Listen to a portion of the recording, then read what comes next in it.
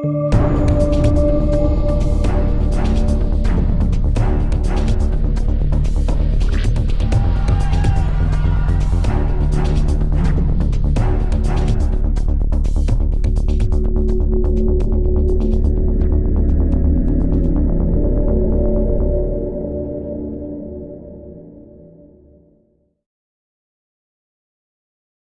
evening and welcome to another exciting episode of Triple Tap Tuesday. We'd like to welcome all of our participants here this evening and a huge welcome to Ken and Lance Brown. How are you both this week, guys? Look, I'll go first. Yeah. Look, I've had a fantastic week. Went down to the Bedesert Council chambers for the Scenic Rim Council. We located, along with Bernard Garnaut. Well, Bernard was the one who did it, and as you remember, he was a guest of ours a little bit back. Bernard located a book inside the council chambers that is illegal to own in Australia. It's a series of books that depict the most erotic images of the most beautiful young women in the world engaged in truly disgusting acts with beasts, and this was to be put, in front of 10-year-old children to get those books out of the library. Bernard is attempting to get the Queensland Police to do their job. We had a transgender lady turn up who initially tried to heckle us, and after her listening to the actual thrust of what we were trying to get at, she joined in, started clapping, and was applauding what we were talking about. And so now the goal of the people inside the Scenic Rim is to see the mayor and the councillors who have supported this, not the ones who fought against it, but the ones who've supported it, to see them basically run out of their positions and to regain control of the council. That's what they're going to try and do. We know there's problems with that. But there you go. It's been a really exciting week, and I'm really happy to be here tonight. Excellent. Thanks, Ken. What about you, Lance? You're always having a good, exciting week. What have you been up to? Oh, I've had an awesome week, and I'm looking forward to doing this interview tonight. So I reckon we jump into it. Excellent. And just for this week, for our gentlemen listeners on the call this evening, if you don't know, it is Men's Mental Health Week this week. So it's all about you guys this week. So just on that, I'd also like to just give a little bit of condolences to family and friends. There's been a number of sad incidents around the nation this week, and particularly the major headline has been the wedding party accident that happened over the weekend in Singleton. Condolences to the 10 people who lost their lives, for their family and friends that are coping with that. And also here in Western Australia, the 28-year-old young Constable Woods, who also lost his life in the line of duty, who was reversed over by three people in a basically what they thought was a stolen car, had stolen number plates. They reversed over him, dragged him for 20 metres, and of course he succumbed to his injuries over the weekend and lost his life. So condolences to those two. And look, there are many more incidences of people losing their life each and every day, but obviously these ones have been in the news and in the headlines. So we remember those people at the most appropriate time, being men's mental health. So this evening, with growing concerns for men's mental health following the COVID crisis, and many men and their families spiraling into greater rates of male depression, anxiety, suicide, combined with many men struggling with the effects of long-term social exclusion, workplace exclusion, and other forms of social isolation, the impact of modern life and societal changes in our Aussie blokes gets greater attention during Men's Mental Health Week this week, the 12th to the 18th of June. Australia's led the way with pioneering boys and men's health support. And tonight, we're going to interview Alexis Garnaut-Miller, the co-founder of a program she's created called Be Ballsy, Men's Mental Resilience Program. Be Ballsy is a national support program that helps bridge the gap between crisis solutions and social solutions. Be Ballsy programs can be accessed both online and in person to specifically help men take positive action to improve their psychological and emotional health. Alexis has been a long-time coach of great men around the world and saw the need for bringing the best of positive psychology, accountability coaching, and how the male brain works to encourage every bloke around Australia to step into their greatness on behalf of themselves, their families, and their country. So on that note, and without further ado, ladies and gentlemen, let's talk with Alexis Miller because they're actually launching their men's mental resilience program this week, right here on Triple Chat, which is very, very exciting. And it's called Be Ballsy, Every Bloke's Call to Greatness. So welcome, Alexis. Lovely to have you on the call this evening. Yeah, thank you. It's really meaningful that I'm here tonight, actually, because just to clarify, it's Men's Health Week. So Yeah. It does include men's mental health. And the theme for this year, for 2023, because remember, Australia is a real pioneer when it comes to men's mental health, which is why it's so surprising that it's in the state that it's in. But the theme this year is healthy habits. Excellent. Alexis, I'm really excited about the name of your program. So can you tell me a little bit more? How did the actual name of the program come about? Well, I guess I guess deep down, Lance, every bloke has a call to greatness. Is that right, Kent? Yeah, oh, absolutely. And to be fair, Alexis, I'm not surprised why Ainsley loves this title. I'm not surprised why Ainsley loves it, because Ainsley she's as ballsy as Lance and I guarantee you. Absolutely. A lady when I have to be, right, Ken? You betcha. Okay, well, I'll quietly tell you guys, but eventually we're going to launch Be Ballsy and Beautiful, which will be the program for women. I'm looking forward to that one, Alexis. Yeah, which is a bit of a laugh on the bold and the beautiful, but I guess, look, one thing I've learned from nearly 30 years of working with great men around the world is that most of them, even when they get to CEO level and they're senior in their roles in all sorts of industries and all sorts of countries, they all say the same kind of thing, that they can't wait to sit very quietly on the top of a hill in Nepal with nobody bothering them. Utopia. So, Bit of peace and quiet. off to their man cave on the top of the mountain. And the other thing I found is that they love humour. And, having been probably the longest standing therapist that I know, and I've mentored and coached a lot of coaches and mentored hundreds of therapists over the last couple of decades, that, humour is what keeps it light. And blokes tend to gravitate towards want to solve their problems in that way, because there's a lot of the kind of heaviness around mental health, I think. And it's a little bit of a cultural mismatch, especially for Australians. Aussie blokes just want to know what can they do to make it better.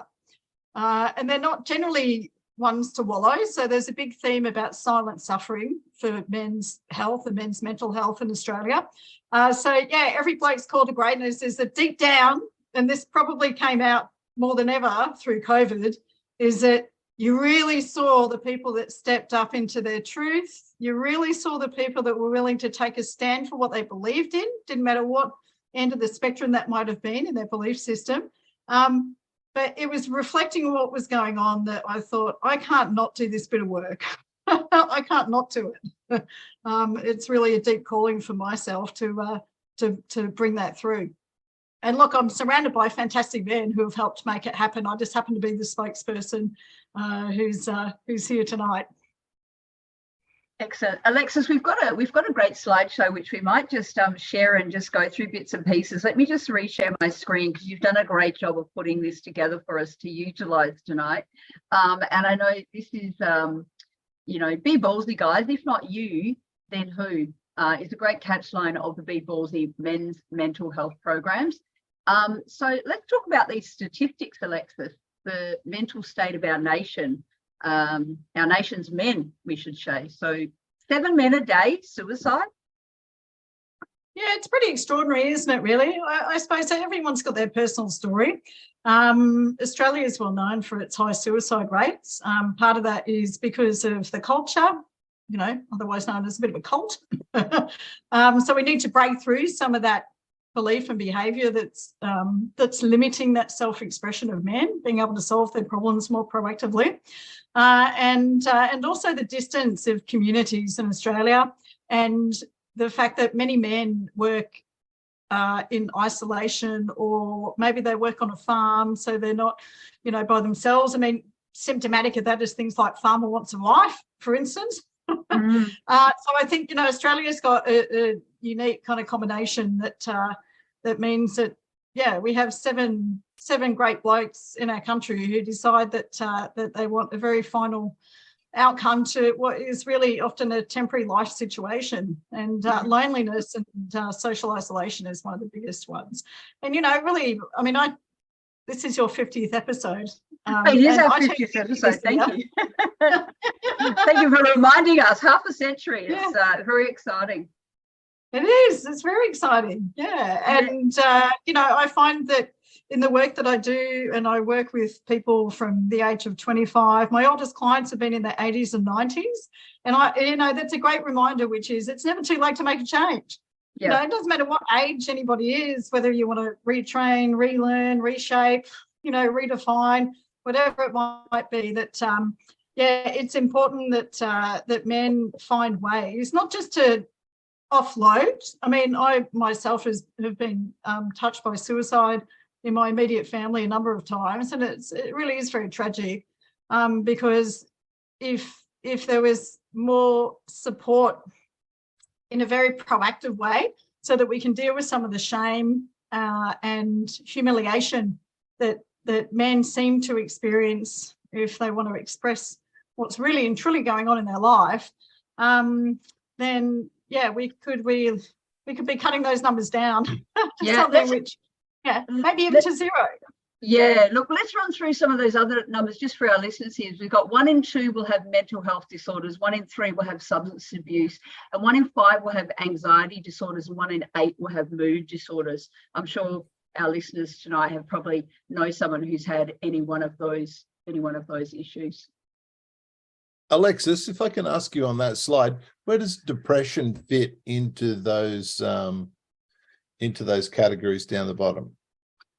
Well, I guess in my experience, depression is an interesting conversation because it really means repression. The Be Ballsy program, part of what we do is we actually deal with some of what causes that repression. And it can be from a traumatic experience, a difficult experience, some of the impact of COVID, for instance, that I've had to deal with is people being rejected by their tribe, which is their work tribe.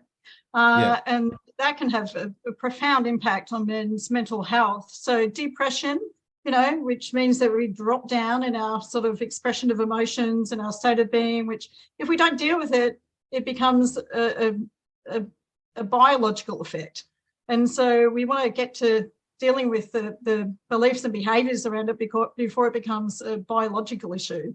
But the problem is that most of the time when they go to the doctor, it's going to be medicalised, or they'll get maybe a prescription for some mental health support, which I've accessed that myself. It's very useful for a set period of time, but it doesn't resolve the issues. And unless those deeper issues are addressed and then found a way to create some uplift, some leverage, some power, some strength out of that, then that sense of feeling depressed or repressed can carry on for a long period of time. And that eventually, that social isolation is what then can lead to suicidal thoughts and possibly a permanent outcome to what is often really is a temporary solution, temporary life situation. Alexis, I've dealt with quite a few people who, as a police officer for quite a long period of time, I got to deal with the process side of suicide, and have also helped a fair few people not commit suicide, just in the course of my job, just through sheer happenstance. Often I would see the ones who would recover and never require assistance again. The ones who were truly successful at overcoming the situation they were in, they had a course of action and either family, friends, psychologists, medical assistants was able to help them gain a sense of purpose in their life. Once again, they had a purpose to move forwards and to learn the skills to foster hope. How important are those things in the programs that you're working with? Yeah, well, I guess whilst we might be talking about it publicly now, it's been in the pipeline for about 2 years. So what I narrowed it down to was that there's 4 pillars for men's resilience, and so in the Be Ballsy way of dealing with it, the first one, oh, there you go. Here's one I prepared earlier. On cue. Excellent. On cue. Something, I think that was off our Instagram account.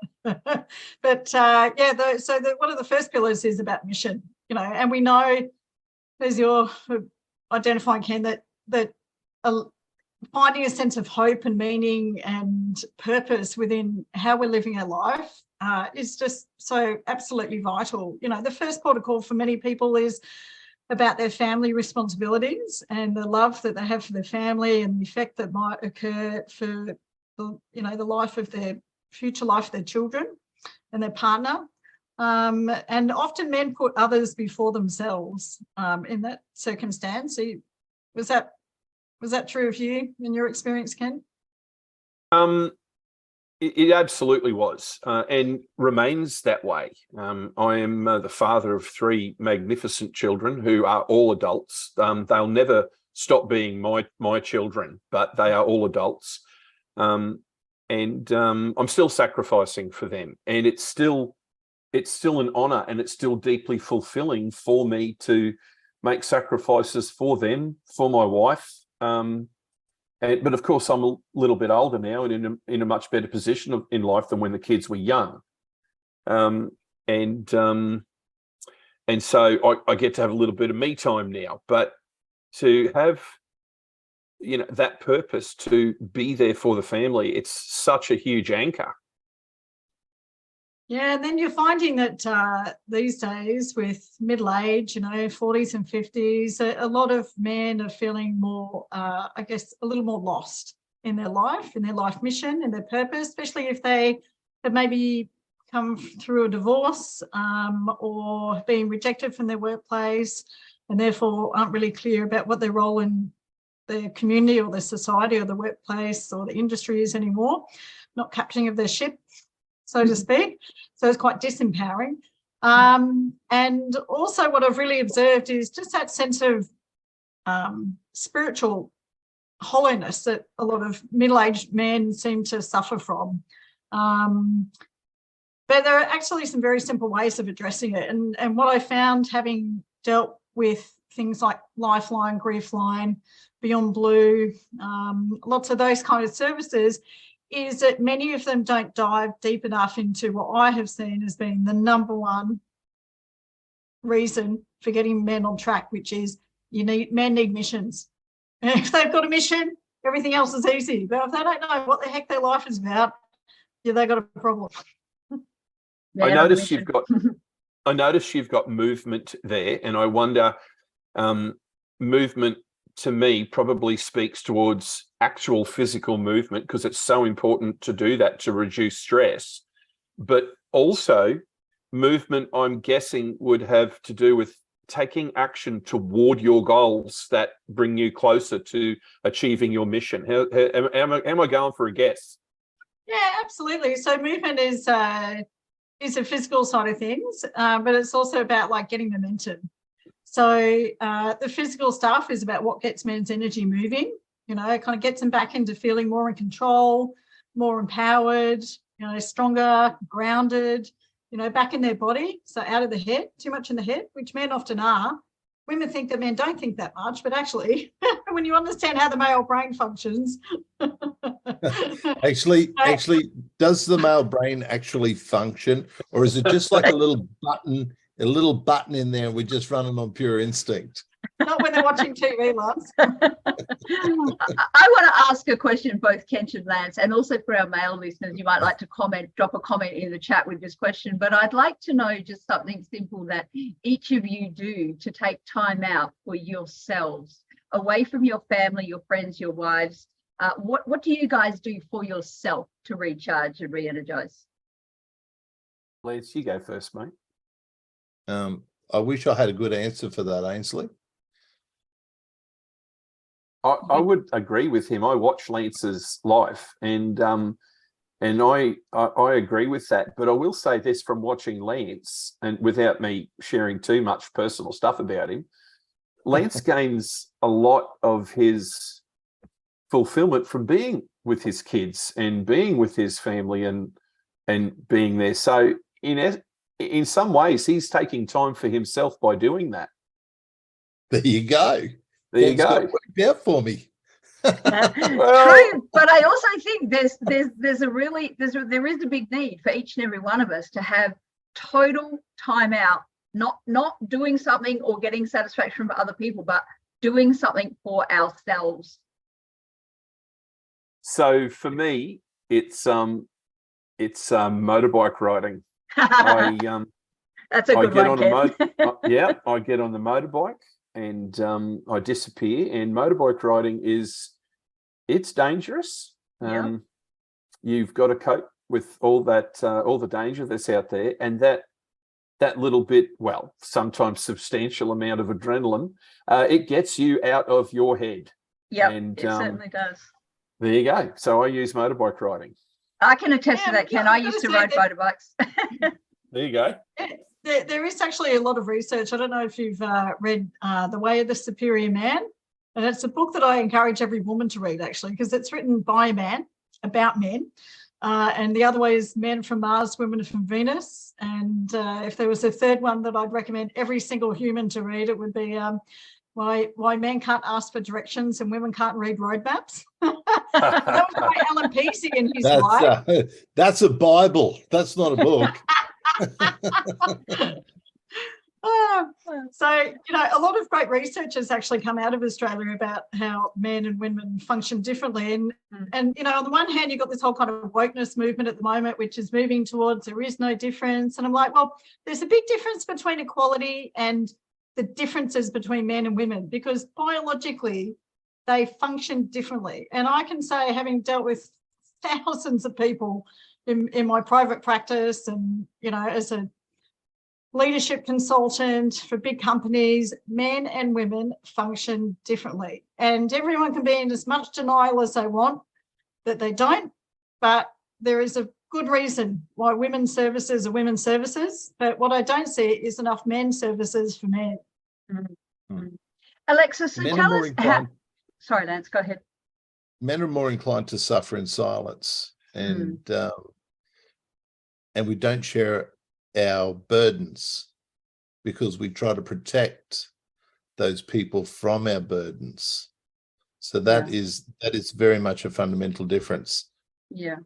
One of our listeners. And also say, Lance, that a lot of the time blokes are trying to work it out for themselves. But if we keep doing the same thing, we get the same result. It's a definition of insanity. And the great opportunity of things like the internet these days is that, we're almost exposed to too much information, which can be overwhelming because then men feel like they're not good enough. They're not doing enough. They should be doing more of that. So it's really, the with Ballsy, it's winding it back. And you're laughing because you can relate to it. It's true.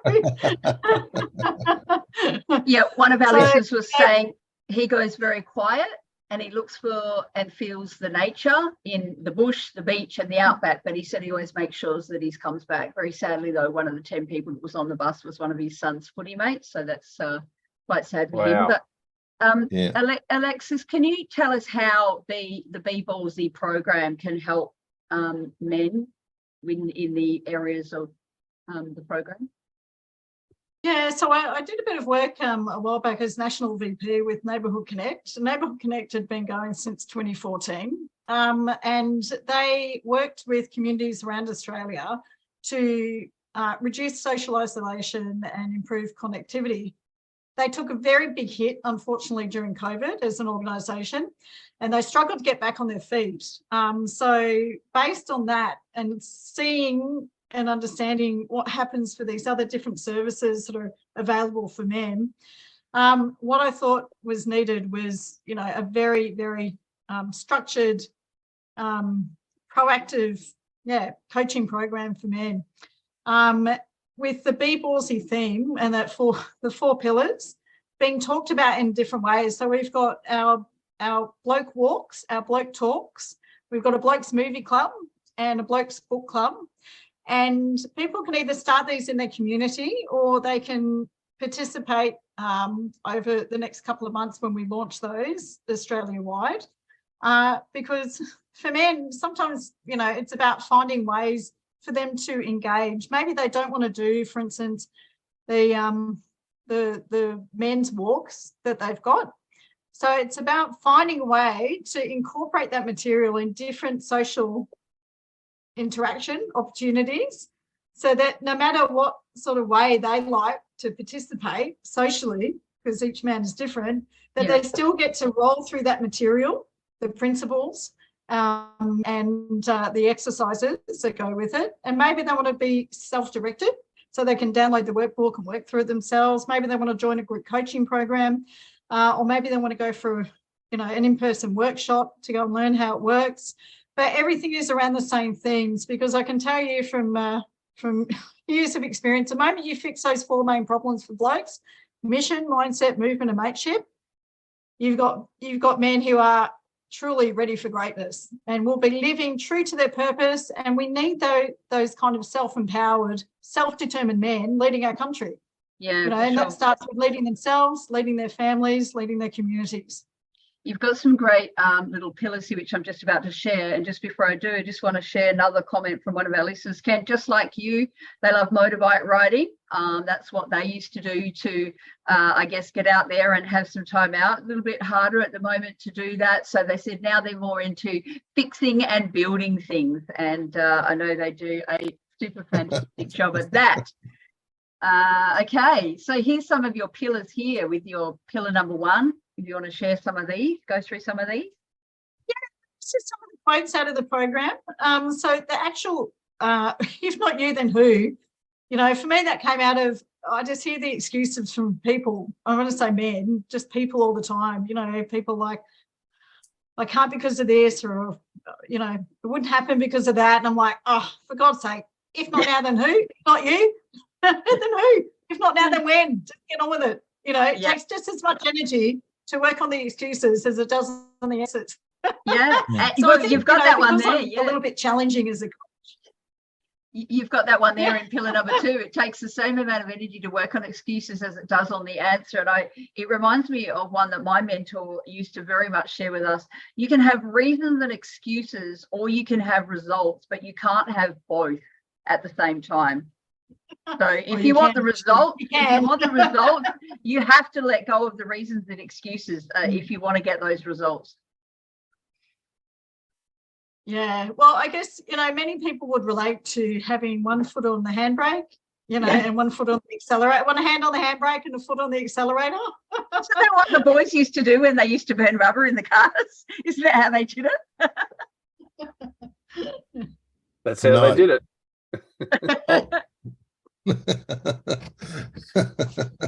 Except for you, Lance. You are all gas, no brakes, mate. All accelerator, no brakes. I remember. Well, my car was quite unique. The handbrake actually worked on the back wheels, which you were trying to spin. So the handbrake would be a bad idea, but a little bit of foot on the brake would apply your front brakes more than your back brakes. So that's the technique I used. So one of the gentlemen goes, he neither confirms nor denies that allegation that men use the one foot on the accelerator and one foot on the brake. Gary says he reckons that all the tap mob are already following this plan. Yeah. Well, I'd say that's pretty accurate. I've been involved with, a lot of the, I guess, people standing for truth and being clear about their own beliefs and talking to that. I was involved in federal politics during the last round, and I guess where the rubber hits the road is seeing what's happened with the Australia project, which is why I said yes to this particular interview. Is that of all the people I see getting stuff done in their communities, probably the Australia project participants, community leaders, the guys nationally are really waking people up And that's what we need, so whoever said that I'd agree with that. I think a lot of the TAP people are.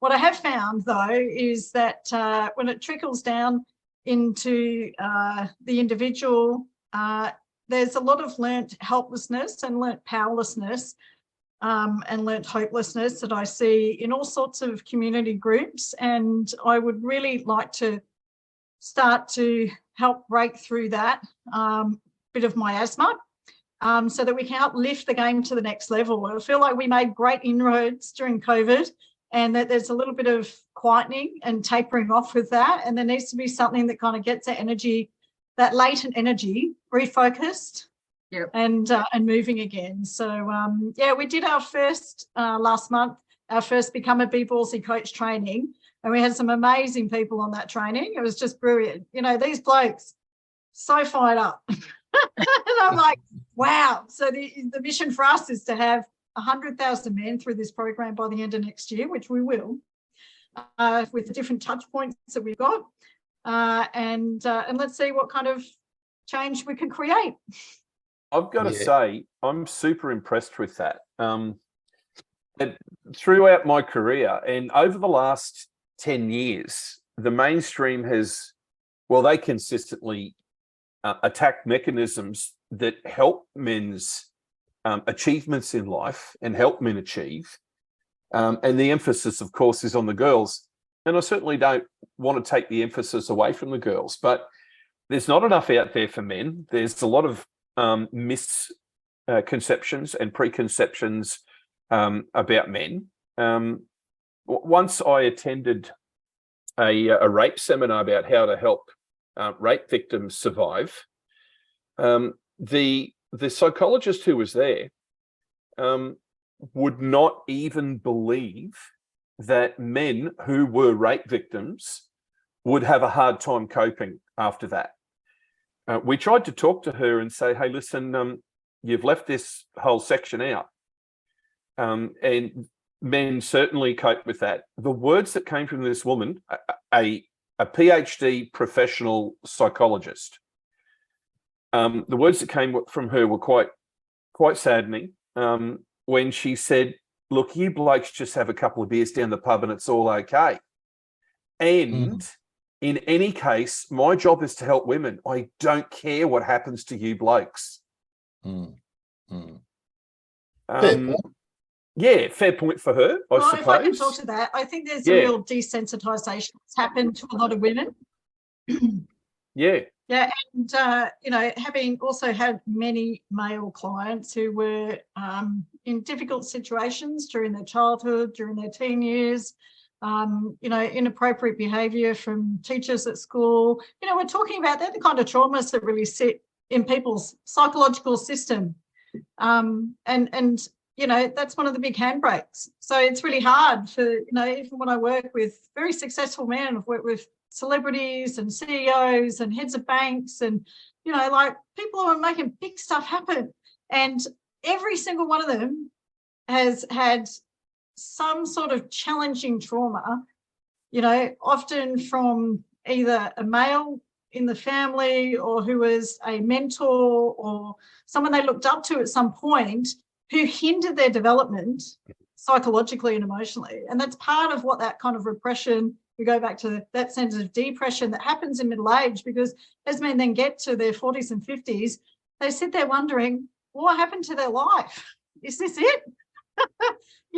So, and at the same time, that desensitization of women means that there's really not enough empathy around just in our communities, full stop, to be able to just sit and be with these problems without any judgment. So, this whole Be Ballsy structure, I can guarantee it. I can just imagine, I can see it in my mind now that in 6 months' time, when there's been, if somebody turned up to maybe 3 or 4 of the movie club nights where they, have a chat beforehand, they watch the movie on the big screen, or maybe they gather in somebody's lounge room, they talk through the 4 pillars afterwards. This is how we process stuff. And there just isn't enough structured way and simple way of processing stuff in our communities to keep this kind of stuff around, challenges, life challenges, traumas being expressed, talked about thought through, worked through, moved beyond. Yep. Alexis, one of your pillars was mateship, and one of the little slides that you have here is that greatness relies on asking for help to get there faster. And You bet. I mean, sometimes in my experience that I've seen growing up, that it seems to be a bit harder for men to actually ask for help. Or many people, I should say, I shouldn't just categorize men, but many people find it difficult to ask for help. So what is it going to take to help men, in particular, since we're talking about men's health, what is it going to take for the society to help our men in society to be able to step forward and ask for help when they need help? Well, I'm just going to share a little story, and then I'm going to ask the blokes what they think. So most of you would know, but I'm actually a tradie. I'm a tradie lady. Yeah. And when I was at TAFE doing my carpentry a while back, I know, I'm one of the few women on a job site. So, for, less than 1% of women, in the building trade. And I did it because I love physical stuff, and I love building, and I want to build big ballsy retirement communities. How cool would that be? Yeah. Anyway, so they of course they have the Are You Okay days, and I can tell you I had a tough time at TAFE. And when I went up to get a coffee, one of the ladies said, "Are you okay?" And I said, "I'm not okay." And she goes, "Oh, there you go. There's the stick of love," and that was it. And I just thought, that is what we're dealing with. Have a sticker and you'll be all right. Nobody wants to really talk. Oh, So what I've done is create this framework that really encourages people just to ask the question. It's something more specific that engages people, not just "Are you okay?" It's too general because people don't know what to say. If you say, "No, I'm not okay," they go, "Oh, okay." But what's your mission? What's going on with your mindset? What's working? What's not? What kind of movement are you into? What kind of mateship works for you? Who's your best mate? You got to give people talking pieces. Yeah. It really comes down though to personality. I've spent a lot of time on construction sites, put a lot of apprentices through, run big crews, and seen these kids develop. I took one young lad on quite by accident, literally, and he becomes such an awesome tradesman. We went to his funeral. We went to his, maybe a bit preemptive. We went to his wedding, and he's like an extended part of our family. And he hasn't worked for me for several years now, but we're always in touch. So he still comes and subcontracts when I need work done and that. The effect you can have on their life. When he come to me, he used to steal everything. Right? Yeah. And I said, listen, you don't need to steal stuff here. If you need something, ask me. And that's when I realized these guys were really struggling. I was really, really lucky growing up. I had an awesome childhood and good role models. And, we just had so much fun when I was a child. And I think that's so important. Thanks, mate. That we're in that environment. And a lot of young boys growing up, they don't have a role model. Yeah. So I could role model for these apprentices and talk them out of their problems with drugs, help them financially, mentor them in so many different ways. So we had a very, very close-knit crew out of all those guys on site, and they saw it, and it made a difference. The job sites are tough places, and you need to be hard to survive in that environment, but that also breeds character. So I think it's so important for young men to have skills apart from computer games, which is not really a skill. It's probably more of an ability, but you get the point. Yeah, it's getting out of their head into their body. Giving permission. And you're talking about role models, and what we're seeing in Western society. I've lived in Asia and I've been to Africa, and we don't have a rites of passage anymore in our society. We used to, when there were kind of more of a spiritual context to our life, but because we don't have a formalized rites of passage of any kind in our culture, young men are finding their own risk-taking behaviours as their own rites of passage, and that is causing a lot of problems, because if they come from a single parent household, Lance identified, you're right, they don't have role models and they don't have a rites of passage, and you combine both of those factors and you end up with men who really do feel a little bit lost. And often clients of mine in their 30s and 40s will say, I just feel like I never really became a man. Yeah. So on our in the Be Ballsy process, it's actually, people said, how long does it take to get through it? And I'm like, well, probably about 2 years. They're like, what? That's a long time. And I'm like, mate, you spent 50 years getting to where you are. I'm sure you can invest a little bit of time over 2 years to get where you want to be. Because that's realistic. It takes time to adapt and work through a lot of what gets us stuck, and then build towards the life that we want to be living. But part of that is a Be Ballsy rites of passage as part of the program. And I'm pretty excited about that part of it, because, that will kind of remedy some of that, gap in emotional, social development that men in our society tend to miss. Yeah. I mean, they've gone through 50 years of program and conditioning and whatnot. And so I guess there's that breaking some of that down and opening up. Look, and some of these bad situations create great opportunities. Now, I don't know anyone who would say, gee, COVID was a good thing, I'm glad I went through it. But I am, because fundamentally I was able to fix several bad habits that I had, or things that I wasn't strong in. Now, most people wouldn't believe this. Ken can tell everyone. I was a very nervous public speaker, extremely nervous, right? I loved public speaking. And in fact, at one stage, I was probably addicted to it and become a bit of a speaking hoe. And because I'd get such a rush out of interacting with the crowd. But it's taught me how to research. It's taught me how to complete paperwork. I was always a nightmare at paperwork. My emails would be 300 out of date, right? Because I just forget it, just put it off.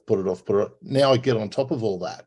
So I've learnt all these awesome things, and it's improved me. It's brought its own stresses, but everything is an opportunity for men to excel in. And that's this, this mission. You got to make it a mission. You got to complete the mission. And that's the way we've got to look at it. But it takes training. Your mission, if you choose to accept it. Absolutely. Go ahead, Ken. Over the last 10 years, we've seen a massive push through the education system in Australia to highlight the fact that boys are bullies. To be a boy is a bad thing. Let's try and teach them that there's no such thing as being a boy. And of course, we can see the agenda they're trying to push. Over the last, I would say, 5 years, we're starting to see a world pushback on that. And I would say personally, a few mistakes, of course, are going to creep in with that. You get the Andrew Tates of the world who say that it's okay for rich men to cheat on their wives because their wives are prepared to put up with that, which, of course, is a colossal mistake for society and for community and for family and for children. That's not what a leader does. That's not what a dedicated husband and father does. And we're starting to see the term role models come back. And we're starting to see, like you mentioned, we've lost our culture, we've lost our role models, we've lost our rites of passage. Jordan Peterson, and I don't agree with everything that he says, but started to bring about an acceptance of responsibility and try to accept some responsibility. And a lot of his work has been picked up by a lot of young men. And as a result of that, a lot of young men through the world have been starting to gain, against the wishes of the governments in the Western world, they've been starting to gain a structure. I'm really excited to see this Be Ballsy come out. I love the name. I love what you're doing. I've looked at it in detail at your website, things like that. I want to share a little story with you. When I was in Canberra in February 2022, I got to speak on stage. I absolutely and thoroughly dismantled a filthy little politician on stage. After that contest and that bit of public speaking, a young man came out of the crowd to me, and I call him a young man because he was about 25. He broke down crying, hugged me, would not let me go. He held on to me for over a minute.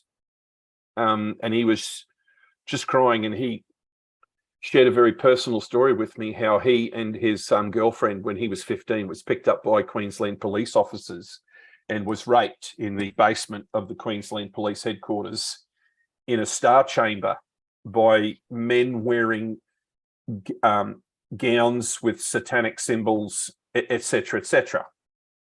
And he was finding it to be very difficult for him to cope with that. Now, the story I'm mentioning to you is extreme, and I have dealt with situations like that before, and I was able to hold him, and I was able to give him some advice, and also share with him, that I have suffered huge emotional difficulties with the career that I pursued, and had to overcome it. I had to ask for help, but I didn't have a system in my head where I could say, hey, listen, get in touch with Be Ballsy and ask for help. So I love what you're doing. I think this is so vitally important that we have this system, and I just, I can't wait to spruik it from the rooftops. We've got people in our communities who are really suffering. Well, can I just say to that, Ken, as well, which is I've worked with people on both sides of that equation. Yeah, me too. Victims, perpetrators. There's always a fascinating intention behind the behaviours. And that people have to be shamed, for their entire life. But when you peel back the behaviours and you really get to the essence of the person about, what is the meaning of your life? What is it really about? To be challenged. Men love to be challenged on these questions, and it is a bit confronting. But as you're noticing, it's a simple structure that can actually solve a lot of problems, no matter where people are on that spectrum of challenge. And huge problems. This simple structure can help people overcome the worst emotional damage and the hugest trauma. It can help them come through and really live a fulfilling life afterwards. And then they become the wise mentors, don't they?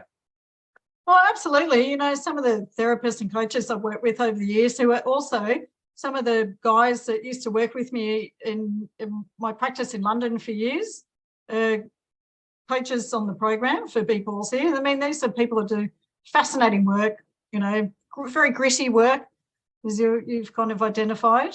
Gritty. I like that word. Yeah, because it's gritty work. It really, really is. Yeah, but people roll out these behaviours because they're trying to be part of a tribe, and they're trying to belong, and they're trying to find their power. If we go up and down the chakras, the root chakra, about why it is that we do what we do, and working through the chakras for people to feel more empowered and aligned at every single level within their spiritual context, which is different for everyone. So it's not based on a spiritual dogma of any kind. These are very kind of practical tools, but based on the best of the best material. And I'll just wrap up with one story that, again, it is very gritty, but I think we're all kind of used to hearing that kind of these challenging stories. Is that, sometimes if I've worked with a victim who's experienced everything from standing on the top of a building when the earthquake was in Tokyo and seeing their entire family drop with the building, wow, into nothingness, to people that have been, at the mercy of pedophiles during their schooling years, or were raped in a park on the way home, that, there's a very, very distinct difference between people who choose to hold on to the negative side of it and people who can eventually do enough work to get to neutral and some wisdom around it, some self-empathy, deeper understanding around it, and then those who can move it eventually into a source of strength and power. So for me, that's why it is, for most people, going to be a 2-year program. and probably even longer for many people, depending on their life kind of experiences. But, deep down, every bloke does have a call to greatness, and that's what we want to tap into. So how do we do the program?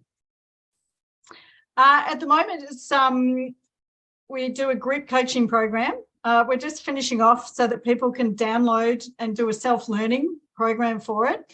But the best way to connect at the moment is to on our social media channels. It's Be Ballsy Australia. Or you can also send an email to me directly if you wanted to communicate. It's beballsyaustralia@gmail.com. Perfect. Excellent. Thanks, Alexis. So we'll put those links up at the bottom of the replay once we get that rolled out as well. And I believe you've just set up Telegram, or you're in the process of setting up a Telegram channel as well. We talked about it before. We said yes. It's like, yes, get it done. for the tap crew, we'd have to. Yes. And guys, we did our first podcast last week, but I think podcasting is going to be one of the ways that, because we'll be interviewing a lot of top blokes in Australia, so top musicians, top sports people, and we'll be asking the question. Yeah, Alexis is my name. We'll be asking them the questions about what's their mission, what's their mindset, what movement works for them, and tell us more about your mateship. Excellent. Ken or Lance, have you got any further questions for Alexis? Look, I think that these things are given to us as gifts for self-improvement, and you help one person, you help a whole family. You help the community which they live in, and these tools have not always been available. Have a look at Australia's culture. We were hard men once. We're not hard men once, and that's changed a whole heap of dynamics, which have been good and bad. So this is a constant process, and we need to always remember that most perpetrators were once victims themselves. So this is just how poorly society works. So I'm going to applaud you. This is such a fantastic program, such a great initiative. So we really need to give support. Yeah, I'm really excited to be here, and honestly, hand on heart, thank you for letting me speak to all of you. And I couldn't think of a better place than the Australia Project to start to get the word out there. No, we appreciate awesome, that. Alexis.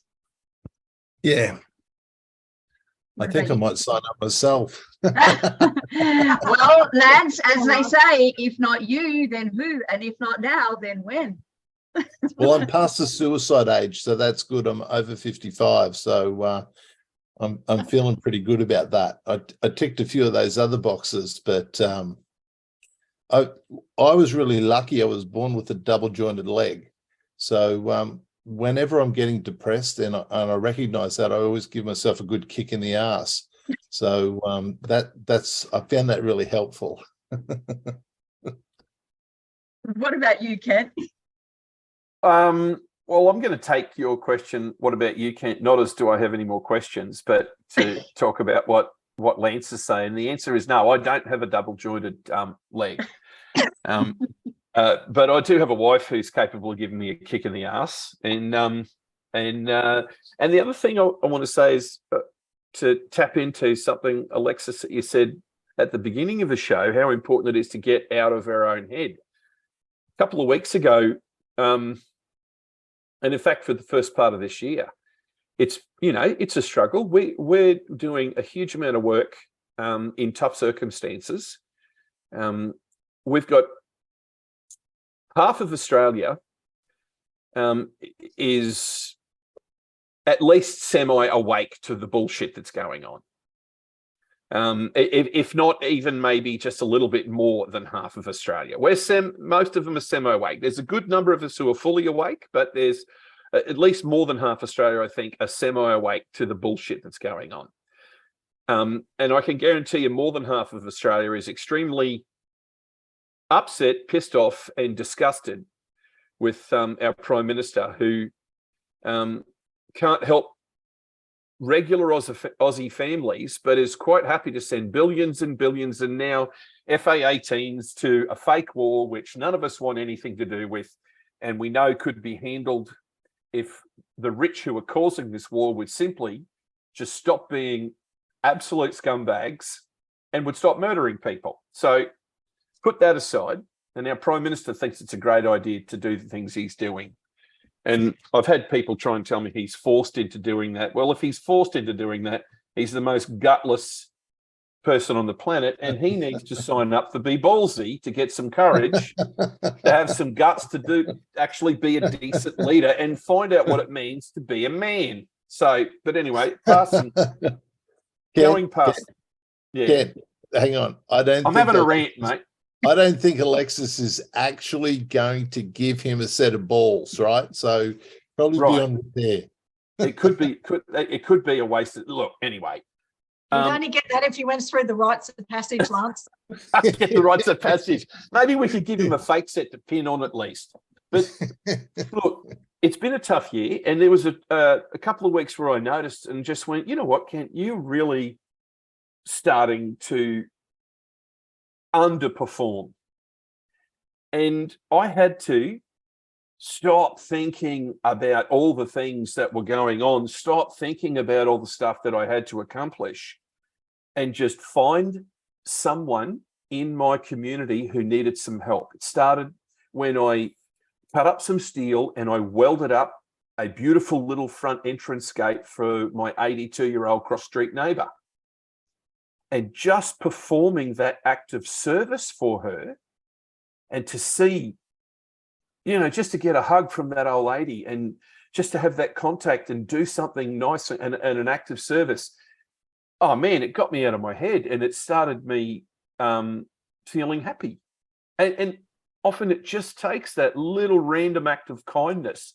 So I really love what you said. Get out of your head, put your problems aside and start doing something kind for someone else.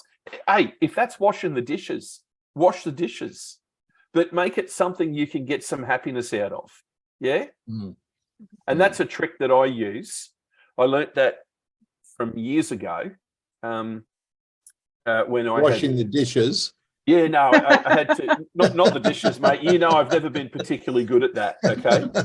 That's my personal challenge, to maybe become good at that. But I can weld up a gate for an 82-year-old lady and see the smile on her face. Yeah? Awesome. Nice. Yeah. Alexis, as we come to the close of our interview with you, would you like to leave any last words of wisdom for the men on our call, or who might be listening to the replay a little bit later on?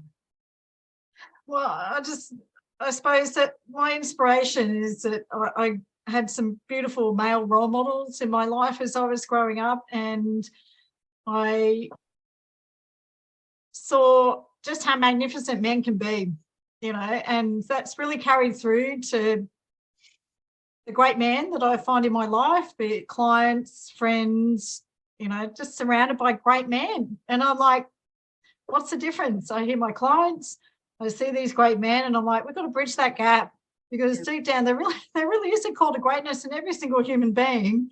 You know, this is my active service and contribution to the men, the beautiful blokes of our country.